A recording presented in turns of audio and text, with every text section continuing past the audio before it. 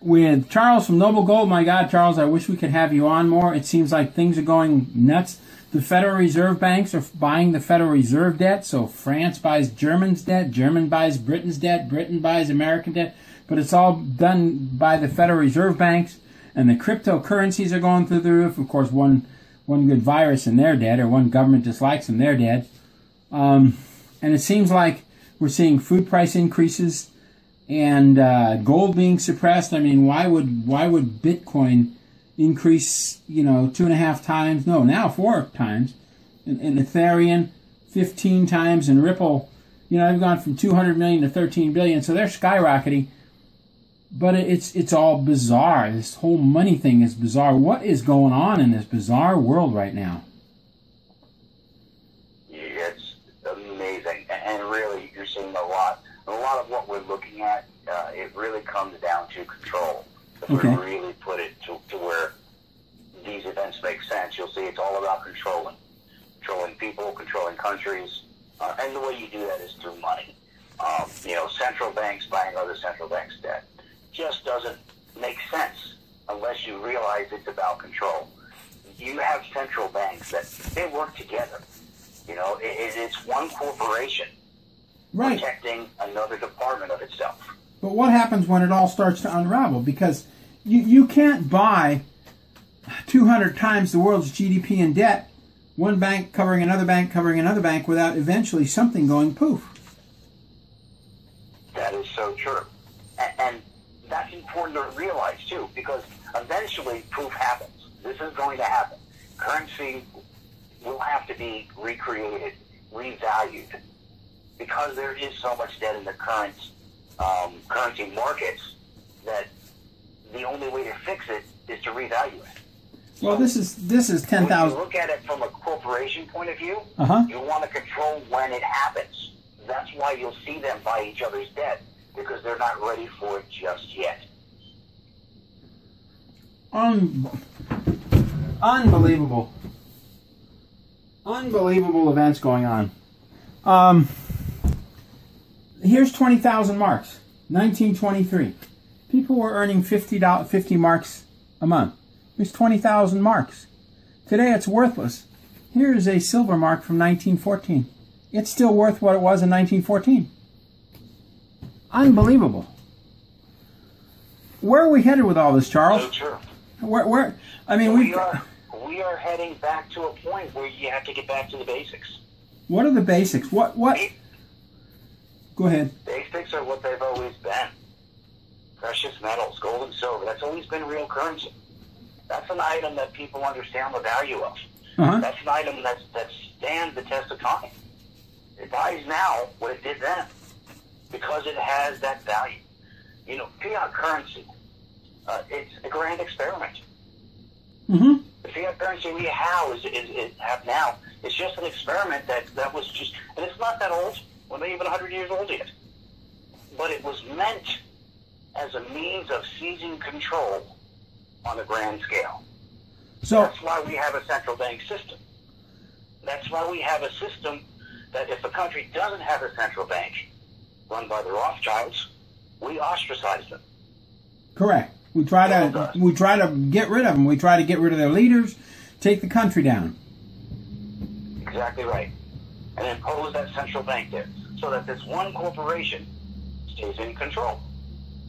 Because, now it's not that different. We feel like it's different from the old days where most of us would have been serfs on someone else's land. Right. And that the ruling power was smarter and should make decisions for us. It's the same thing now. We just have more freedom about it. But they still control us. Well, With currencies and things like that. Yugoslavia died. Yugoslavia was south of Germany, and it died not too long ago. And here's a $5 million Yugoslavian note. So I called the Bank of International Settlements, and I called the World Bank. I said, I've got some Yugoslavian money. They said, good.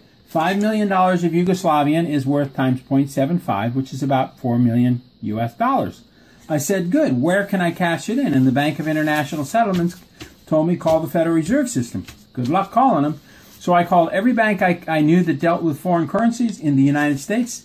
I finally got through to a Montana Federal Reserve Bank, and they said, we don't exchange this. I said, but the Bank of International Settlements said you have a contract to exchange it. He said, take it down to Joe's Coin Shop, and he gave me the address in Missoula, Montana. We're not even honoring a paper currency of other countries that the Bank of International Settlements says we're supposed to honor. Unbelievable. It's so true. It's so true, and that's the game that's been played on us. And that's, and this is why it's important that people say, hey, I understand what's going on. I'm going to take means to protect myself. Because it is an important thing. You have to protect yourself. Right. With currency specifically, and we've printed so much here in the United States. Oh, my God. That we have to understand it can't last. Regardless of what you do, whether it's gold and silver or cryptocurrencies, you got to do something. You got to get protected somehow. You got to have something that's tangible. That's why I choose precious metals, because it's the ultimate hedge. Well, here's the Bank of Jamaica. The dollar's still good, but you can't cash it in. It'll burn. Here's the another Bank of Jamaica, a fairly new dollar, but none of the banks in the United States. It's a $20 bill. I'm showing these. Nobody will accept it. Here's the government of Trinidad and Tobago. This dollar is still good, but nobody in the United States will take this. There's no place to cash this money. This is U.S. military certificates worth 10 cents. These are worth a dime, or that's worth a nickel in the U.S. military PX. The U.S. PX won't even take a 5-cent note from World War II, even though it's valid and signed by the Secretary of the Treasury. All these currencies will burn. The Yugoslavian, the Deutschmark, even a little Einmark note. It'll burn. It's not worth the paper. Try to take a $5 million Yugoslavian note or a $50,000 Yugoslavian note, even though the Bank of International Settlements and the International Monetary Fund says they're worth a lot of money. Try to take it into a U.S. bank and cash it. It'll burn. And that's the thing. It's not how much someone says it's worth. It's how much someone's willing to pay you for it. That's correct. The Bank of International Settlement might say that $5 million thing is worth $4.1 million or something, but in reality, no. Now, what's going to happen? Are we going to reach a point, do you think, where this won't even buy gold or silver, the $20 bill? Do you think we're headed in that direction? It's hard to say absolutely yes. But I like to look at things in percentages. Look at the percentage chance of things get suddenly better so that $20 will maintain value versus that things continue the way that they're going and it won't be able to do anything with it. That's how I like to look at things. No one has a crystal ball. I can't say definitely this is going to happen, right, but the percentages back me up. And that's how you have to look at it and say, okay, what is the likelihood that we get things right here in the United States suddenly, and we fix things, and things head in the right direction, and this currency will be suddenly revived and worth what it was once before. So that's a big question, because to even start that process, you have to get rid of all the debt that's out there. Oh, how do you do that? We've got $20 trillion. That's the key. It's and when they were issuing all that quantitative easing, right, it was never about, what good's it going to do? My question has always been, how are you going to remove it from the system without collapsing the system? Well, what happens when the $71 trillion of hedge funds that Deutsche Bank had dumped on them, when somebody says, oh, they're all not worth a penny? That's the whole world's gross domestic product for a year. We've got 1,000 trillion of these hedge funds that are not worth anything because they're based on, you borrow $300,000 for a $300,000 loan. Well, you still owe the $300,000, but the hedge fund says that value is $300,000 when in fact its value is worth zero. So, exactly, how do you take $1,000 trillion in hedge funds and say, oh, they're all better now?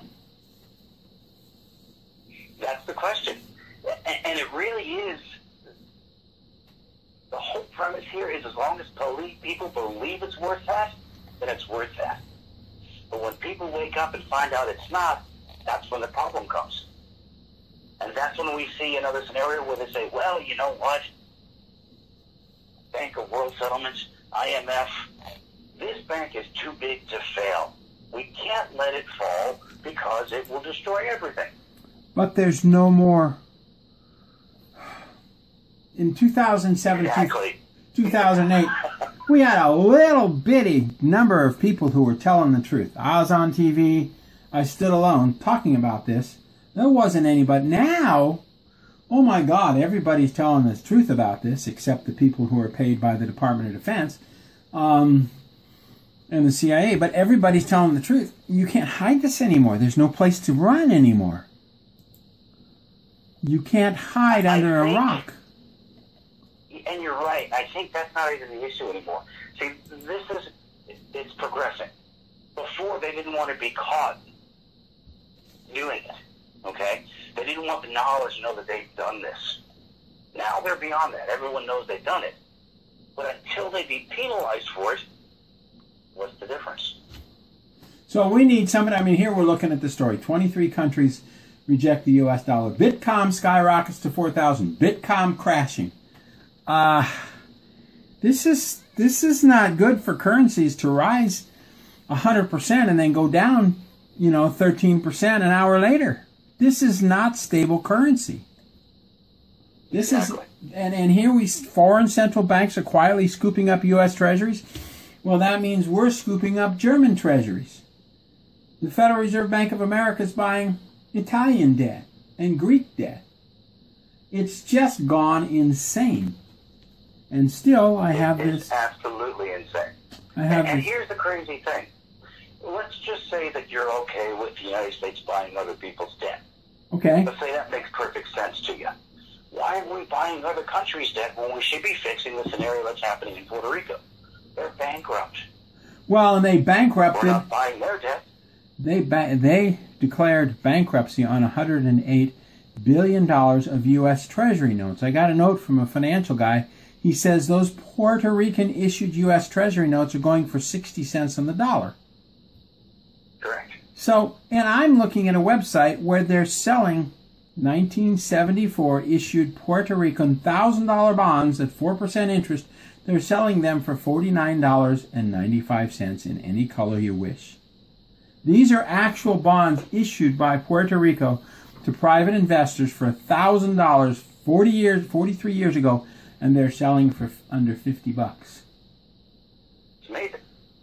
See, here's the key difference, and this is kind of why I brought that up. The governments will protect other governments, but they won't protect you and I, the investor. If you're going to spend the money that we've spent, why spend trillions when you could have spent a mere $100 billion and protected all the investors that are getting hurt right now in Puerto Rico debt? Because they don't want to. It's like Exactly. Jane says, my wife. They don't want to. Here's a silver coin from 1921. I mean, it's unrecognizable. $1. Back then it bought 7 loaves of bread, and today I can take this beat up and I show it because it's been run over and squashed and hammered on, and you can't even recognize it hardly as $1. But that'll buy 7 loaves of bread today. Even though it's been run over and squashed and beaten with a hammer and looks like it went through a rice picking machine. I mean, I never seen a dollar more shredded. And this was purchased to show folks that this still buys 7 loaves of bread. So, do you, in your magic ball, do you see gold and silver going up considerably in the near future? Now, this is a guess on your part. Right. I do. And I'll tell you, when I look at the scenario, I'm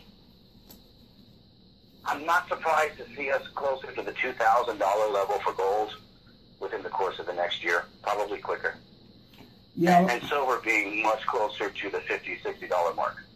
The debt clock says, the world debt clock says silver should be at about, I think it's 800 and gold about 7,000. But yes. I don't... You can't get there in a manipulated market. When we watch the Deutschmark collapse, when we watch this currency collapse in 23 and then we watched it in 47 die, I mean, it died an inglorious quick death. Just bam, within a few months it's dead. And I don't know if we're going to see that with the U.S. dollar, but we're definitely going to see a lot of changes. We haven't even talked about your website yet, Noble Gold, where you can convert your IRA into, we've got it shown now, You can convert your IRA to silver and gold. You've got a live chat. You can talk to them. You can lowest markup on gold and silver on the market. Charles, if people aren't saving to buy gold and silver and food, there's something wrong, because all paper will burn in the end. And when I was a kid, this dollar bought 10 Coca-Colas. It doesn't do that now. It also, in 1977, this bought 4 cups of coffee.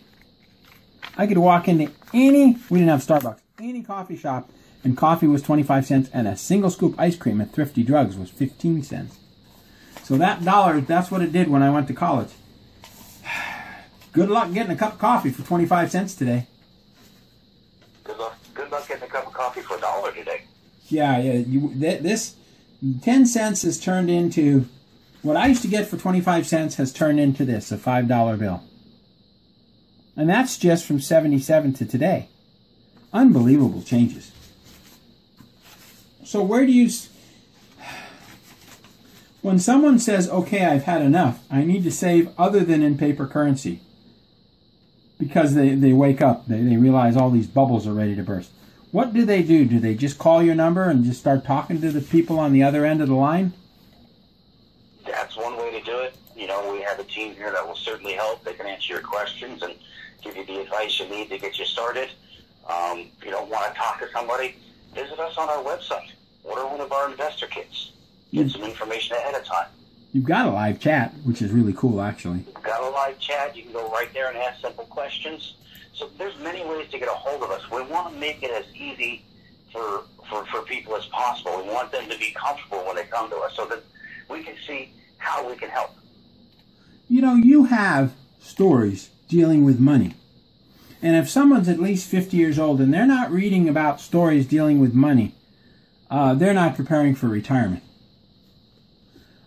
These are very good stories. True. I mean, if you're in your 50s, you need to be serious about looking at what's going to happen with money, because that's what's going to buy your food in the future, your heating bill, all the things. There's gold products. If you're not researching this, home delivery. When I convert, say I have $100,000 and I convert it to silver and gold IRA, I get a certificate, and you have that in hard assets in your vault, right? Correct. And that's stored in a segregated box. So all your own metals are in their own box by themselves in the vault. You know, I got a story from a financial guy, because I'm on the phone with a lot of people like Jim Willie and stuff, and he said he had a guy who got a divorce, and he buried several $1 million of gold in his backyard. And one day the wife put a restraining order against him, and he couldn't go into his backyard and get his savings. So maybe, oh, hey, this is happening a lot. You know, the gal realizes you're getting wealthy, and suddenly you can't come to your house. A little marijuana, a little LSD, something spiked in her, and you're destroyed. Maybe, and he says, you know, it's better to have the money in a vault, because you keep, not only on the computer, you keep a hard copy of where that guy's gold and silver is. So if he loses everything, he just photocopies his driver's license, sends it to you, and you verify how much money he has. Exactly. Now that, and it's insured, that is a miracle, to be able to store your gold and silver in a place where all these corporations that claim they are part of the federal government can't seize. So, and it's so important. That's why we chose the vault that we did. They're not banks. They're not state-run. They're not federal government-run. They're independent. No, the insurance. The FBI made a statement 3 or 4 years ago. They said everything in a bank belongs to the bank. And I said, oh boy, safe deposit boxes belong to the bank. Not a good issue. So yours are not connected to any of these places that could be raided. Besides, it's insured. Exactly. So I call 877-646-5347, and all this stuff about Federal Reserve buying Federal Reserve cryptocurrencies, viruses, all the paper I have in the world, all this worthless millions of dollars of Yugoslavian dollars and German that are now all completely worthless. It's stored in your bank with my name on it. That is so cool. You know, and it's so funny that as the world supposedly progresses, and we do some things better now than we did in the past. Right. trying to find an alternative to currencies with new items doesn't make sense when the best thing that's ever happened to a currency, precious metals, is still there. Don't reinvent the wheel. It's been this way since the beginning of time. And it's probably going to be this way long after the dollar sees its self turn into dust. Anyway, Charles, any final words? Because we're coming up to the end of the 20 minutes. I knew this was going to be a critical interview because the dollar is literally teetering on the verge of something happening. This month, 3, 4, 5 months at the most. Yeah, I would say, if you see what's going on and it's raising concern, give us a call. Find out your options. Everything starts by finding out what your options are. Exactly. And if you're not researching money, you're not serious about the future. So, absolutely. Charles, I want to thank you for your time. I got to get you on more often because this is, with the Federal Reserve banks admitting they're buying their own debt, with the cryptocurrencies going through the roof this morning, and one little virus hits it, it goes down 15, 20%. And knowing that all of this paper that I have in my hand, I could burn it and not be out a dime. And yet the silver coins printed in that time frame are still what they were worth back then. This is incredible. Amazing. Yeah, It reminds me of the old saying, robbing Peter to pay Paul. That's what's happening. But pretty soon, Peter has no more money. Exactly. And that little silver coin I held up, 1939 in Canada, or from Britain, is still, no, that's a Canadian dollar. That's still worth the same amount as it was in 1939. And yet a Canadian dollar won't even... Purchasing power, yep. Charles, I want to thank you for your time. This is an incredible interview at an incredible time. I know the future, and I know that people should really watch this video. Take it off the net, send it to your friends, because you're going to need to know this information very soon. I agree. I believe that. Okay, Charles, I'm going to end the interview.